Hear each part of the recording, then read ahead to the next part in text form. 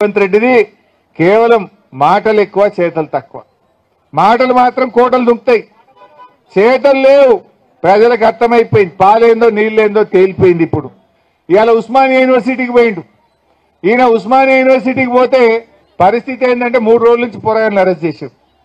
రేవంత్ రెడ్డి వస్తాడని 3 రోజుల నుంచి ఉస్మానియా యూనివర్సిటీలో పిల్లలందరినీ అరెస్ట్ చేసి పోలీస్ స్టేషన్లో పెడతా ఉన్నారు. మొత్తం ఇనుప కంచెలు పెట్టిండ్రు, గజంకొక్క పోలీసుని పెట్టిండ్రు. ఇక దానికి ఈయన పోతాడట. నీ గొప్పతనం ఏంది నాయన? గజంకో పోలీసుని పెట్టి, ఇనుప కంచెలు పెట్టి, పిల్లల్ని అరెస్ట్ చేసి నువ్వేదో యూనివర్సిటీకి పోయి ఉద్ధరిస్తా అని మాట్లాడుతున్నావు. అది కూడా దేనికోసం పోతున్నావు? వెనకట మా సబితక్క పోయి కొబ్బరికాయ కొడితే ఆ బిల్డింగ్ తయారైతే దాన్ని రిబ్బన్ కత్తిరీనికి పోతున్నావు. నువ్వు కొత్తగా ఇచ్చింది లేదు, కొత్తగా కట్టింది లేదు, కొత్తగా మంజూరు చేసింది లేదు.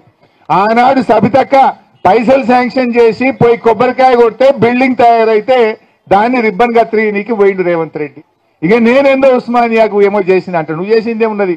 బీఆర్ఎస్ కట్టిన దానికి రిబ్బన్ కత్తిరించుడు, కత్తెర జేబులో పెట్టుకొని తిరుగుతున్నావు నువ్వు. అంతకు మించి ఏమన్నా ఉన్నదా?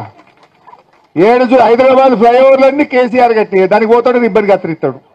ఏడవైనా మన బీఆర్ఎస్ హయాంలో చేసినవి తప్ప కొత్తగా ఒక్క బిల్డింగ్ కట్టింది లేదు, ఓ దవాఖానా కట్టింది లేదు, ఓ బ్రిడ్జి కట్టింది లేదు, ఓ బిల్డింగ్ కట్టింది లేదు.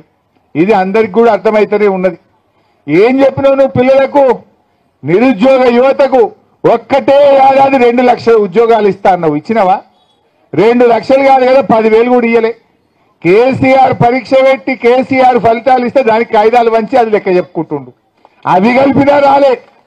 పెద్ద పెద్ద యాడ్లు ఇచ్చినావు, 2 లక్షల ఉద్యోగాలు ఇచ్చి తీరుతా అన్నావు.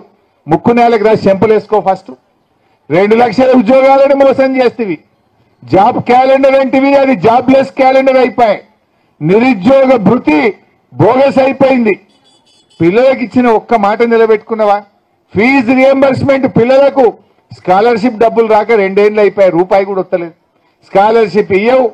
మా చెల్లె స్కూటీ యాడ్ చేస్తుంది, ఆడపిల్లలకు స్కూటీలు ఇస్తాను మోసం చేస్తేవి, నిరుద్యోగ భృతి అని మోసం చేస్తేవి, తులం బంగారం అని మోసం చేస్తేవి, 2 లక్షల ఉద్యోగాలని మోసం చేస్తేవి. ఏది ఏవైతేవి ఇంకేందో ఎగబెట్టినాను ఉస్మానియా యూనివర్సిటీకి పోలీసులను పెట్టుకొని రాబట్టివి. దమ్ముంటే గన్మెన్లు లేకుండా పోలీసులు లేకుండా ఒక్కడివిరా ఉస్మానియా యూనివర్సిటీకి. వెనకట నాకు బాగా గుర్తు, అప్పుడు తెలంగాణ ఉద్యమం బాగా నడుస్తుండే 2012లో. వీళ్ళంతా తెలుగుదేశం పార్టీలు ఉండరు. ఈయన ఇంకా కొంతమంది ఉస్మానియా యూనివర్సిటీకి వచ్చారు, ఈయన కూడా వచ్చిండ. వీళ్ళందరూ ఉస్మానియా యూనివర్సిటీకి వస్తే పిల్లలు ఇయ్యర అందుకున్నారు. సందులో కూడా ఉరికిండి రేవంత్ రెడ్డి. అప్పుడు సందులో కూడా ఉరికినోడు తెలంగాణ ఉద్యమంలో. ఇవాళ నేనేందో వచ్చినా అని మాట్లాడుతుండ్రు. ఇవాళ ప్రజలకు అన్ని తెలుసు. ఇప్పటికైనా ఉస్మానియా యూనివర్సిటీలో బేషరతుగా మీకు ఇచ్చిన హామీలు అమలు చేయనందుకు క్షమాపణ చెప్తున్నా అని చెంపలేసుకో. ఎప్పట్లోగా చేస్తావో చెప్పు. నువ్వు ఏం చెప్పినావు? నీకు వాళ్ళకి తెలియదా? నీకు నెలకు 4,000 నిరుద్యోగ భృతి అన్నావు, మొదటి ఏడాది 2 లక్షల ఉద్యోగాలు అన్నావు, ఆడపిల్లలకు స్కూటీలు ఇస్తా అన్నావు, జిల్లాకు ఒక యూనివర్సిటీ పెడతా అన్నావు, ఫీజు రియంబర్స్మెంట్ మొత్తం బకాయిలు క్లియర్ చేస్తా ఎప్పటికప్పుడు ఇస్తా అన్నావు. ఏదైనా ఒక్కటన్నా చేసిన వాళ్ళ ఒకటి. ఇప్పుడు 4 చెప్తే 3 చేసిన బిడ్డ, ఒక్కటి చేయలేదంటే అర్థం చేసుకోవచ్చు. 4 చేయకపోతే నువ్వు ఒక్కటి కూడా చేయకపోతేవి.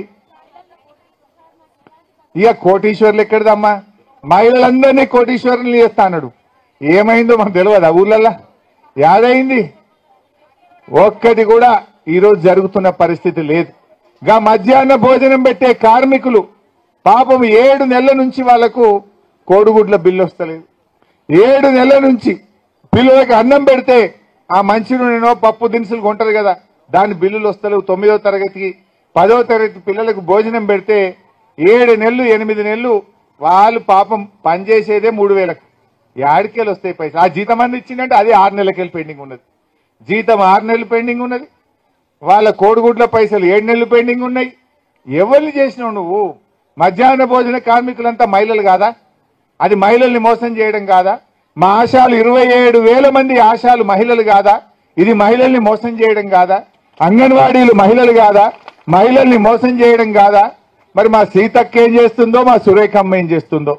2 మహిళా మంత్రులు ఉన్నారు. ఒక్కనాడన్నా మా అక్క చెల్లెలను ఆశాలను గట్ల రోడ్డు మీదకి దేవట్టిరి ఇస్తావా ఇయ్యవా రేవంత్ రెడ్డి అని మా సీతక్క అడిగితే రాదా? ఎందుకో అడగదు మా సీతక్క, ఎందుకో మాట్లాడేది మా సురేఖమ్మ. మా మహిళా మంత్రులు మా అక్క చెల్లెల పక్షాన మాట్లాడరా? రేవంత్ రెడ్డికి రాఖీ కట్టిండ్రు, రాఖీ కట్టినప్పుడు అడగచ్చు కదా, అన్నా రేవంత్ అన్న నీకు రాఖీ కట్టినాం, మా ఆశలకు 18,000 ఇస్తామన్నాం, ఎప్పుడు ఇస్తావు రేవంత్ అన్న అని అడిగే సోయి ఉండదు దవిలకు. ఎందుకు అడుగుతలేదు అని అడుగుతా ఉన్నా. అంటే ఈ రకంగా తయారైపోయింది. బట్ ఏది ఏమైనా మీరు ధైర్యంగా ఉండండి. మీరు ఈ యూనియన్ కోపం ఉంది. ఎందుకంటే ఉన్న పదంగా ఒక రైతు బిడ్డ ముఖ్యమంత్రి అయితే ఎట్లా, దొరల చేతులు ఉండాల్సిన పెత్తనం పేదోళ్ళ చేతులకు పోతే ఎట్లా అని వాళ్ళకి ఆవేదన ఉంటుంది. అర్థం చేసుకోవచ్చు వాళ్ళ ఆవేదన ఏందో. అట్లాంటి వాళ్ళ ఉచ్చుల పడకండి. సమస్య ఉంటే నాకు చెప్పండి. నా మంత్రులందరూ అందుబాటులో ఉన్నారు. మీ మంత్రి లక్ష్మణ్ ఎవరే? మీ మధ్యలో ఉండేటోడే కదా. పొన్నం ప్రభాకర్ ఎవరే? విద్యార్థి రాజకీయాల నుంచి వచ్చినోడే కదా. ఏ పేరైనా తీసుకోండి. ఈరోజు నా మంత్రివర్గంలో ఉన్నోళ్ళు మీకు అందుబాటులో ఉండనోళ్ళ, మీరు కలిస్తే చెబితే విననోళ్ళ. ఇవాళ ప్రొఫెసర్ కోదండరామ్ గారిని ఎమ్మెల్సీగా చేసినాం. ఎందుకు? మీ సమస్యలు విని చట్టసభలలో ప్రస్తావిస్తాడని. కుట్ర చేసి సుప్రీంకోర్టుకి వెళ్ళి కొట్టేపించారు. నేను మళ్ళీ చెప్తున్నా, సార్ను 15 రోజులు మళ్ళీ ఎమ్మెల్సీకి పంపుతాం. ఎవడడ్డం వస్తాడో చూద్దాం. ఎందుకంటే ప్రజాస్వామికంగా ప్రజల సమస్యల్ని ప్రస్తావించే వాళ్ళు చట్టసభలో ఉండాలనేది నా ఆలోచన. అలాంటి వాళ్ళను పంపించినప్పుడు వాళ్ళకు కూడా పదవి ఉండొద్దని సుప్రీంకోర్టు వరకు పోయి కోట్ల రూపాయలు పెట్టి పెద్ద పెద్ద న్యాయవాదులను తీసుకొచ్చి ప్రొఫెసర్ కోదండరామ్ సార్ని ఎమ్మెల్సీగా తొలగించారు. ఏం పైశాచికానందం ఇది? ఏం శునకానందం? సార్ ఒక్కడు ప్రొఫెసర్గా ఉంటే తప్ప, ప్రొఫెసర్ గారు ఎమ్మెల్సీగా ఉంటే తప్ప? మీ ఇంటిల్లి పాది మంత్రులు ఉండొచ్చు, ముఖ్యమంత్రి ఉండొచ్చు, ఎమ్మెల్సీలు ఉండొచ్చు, ఎంపీలు ఉండొచ్చు, అన్నీ మీ కుటుంబం ఉండొచ్చు. కానీ పొలిటికల్ చేసి చైర్పర్సన్గా పనిచేసిన కోదండరామ్ గారు ఒక ఎమ్మెల్సీ ఉంటే మీ దుఃఖమేందని అడుగుతున్నా. నా మీద తీటుందంటే నేను అర్థం చేసుకుంటా. ఆ సార్ ఏందే పాపం, ఇంటి తలుపులు వలగొట్టినా ఏమనలే సారు. నేనైతే చెంపలు వలగొడుతుంటే ఆయనను కూడా ఉండొద్దు ఎమ్మెల్సీగా అంటే ఎట్లాంటి ఆలోచనలతో ఉన్నారో ఒకసారి ఆలోచన చేయండి. నేను కాకుండా ఇంకెవరని ఉంటే కుమార్ గారు వైస్ ఛాన్సలర్ అవుతుండేనా? మీరు చెప్పండి, మీరు ఆలోచన చేయండి. జానయ్య గారు అక్కడ అవుతుండేనా వైస్ ఛాన్సలరు? ఈ సామాజిక చైతన్యం ఆనాడు దయాకర్ ఉద్యమంలో యాక్టివ్గా ఉన్నాడు కదా. 10-12 ఏళ్ళు పాపం ఏది రాకుండా అందరు అడ్డం పడ్డారు కదా. ఇవాళ ఎమ్మెల్సీ అయ్యింది కదా దయాకర్ కూడా. ఇవన్నీ ఎందుకు అవుతున్నాయి? బాలలక్ష్మి మీ బిడ్డనే కదా, మీ యూనివర్సిటీలో పెరిగిన అమ్మాయే కదా.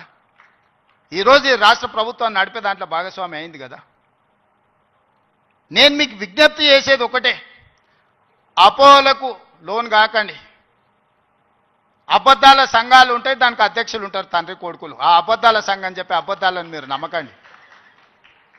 ఈ అబద్ధాల సంఘము ఊరంతా వాట్సాప్ అని, సోషల్ మీడియా అని, ఆ మీడియా అని అడ్డగోలుగా సంపాదించింది ఖర్చు పెట్టి అబద్ధాలు అన్నిటిని కూడా అందులో పెట్టి ఈ మనం పిల్లలందరూ కష్టపడి సాంకేతిక నైపుణ్యంతో ఏఐ తెస్తే ఏఐ పెట్టి సెంట్రల్ యూనివర్సిటీ దగ్గర ఏనుగులు సింహాలు ఉన్నాయి, వాటిని మేము చంపుతున్నామని పెట్టారు.